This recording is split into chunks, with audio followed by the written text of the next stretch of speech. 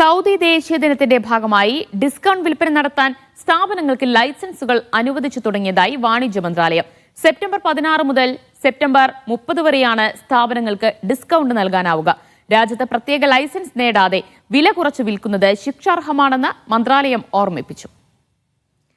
ദേശീയ ദിനത്തോടനുബന്ധിച്ച് ഉൽപ്പന്നങ്ങൾക്ക് വിലക്കിഴിവ് പ്രഖ്യാപിക്കാനാണ് പ്രത്യേക ലൈസൻസുകൾ. വാണിജ്യ മന്ത്രാലയത്തിൽ ഇതിന് ഓൺലൈൻ വഴി അപേക്ഷകൾ നൽകണം. ഈ സ്റ്റോറുകളിലും വാണിജ്യ സ്ഥാപനങ്ങളിലും ദേശീയ ദിന ഓഫറുകൾ നൽകാനായി ലൈസൻസുകൾ നിർബന്ധമാണ്. ലൈസൻസുകൾ സ്ഥാപനങ്ങളിൽ പ്രദർശിപ്പിക്കുകയും വേണം.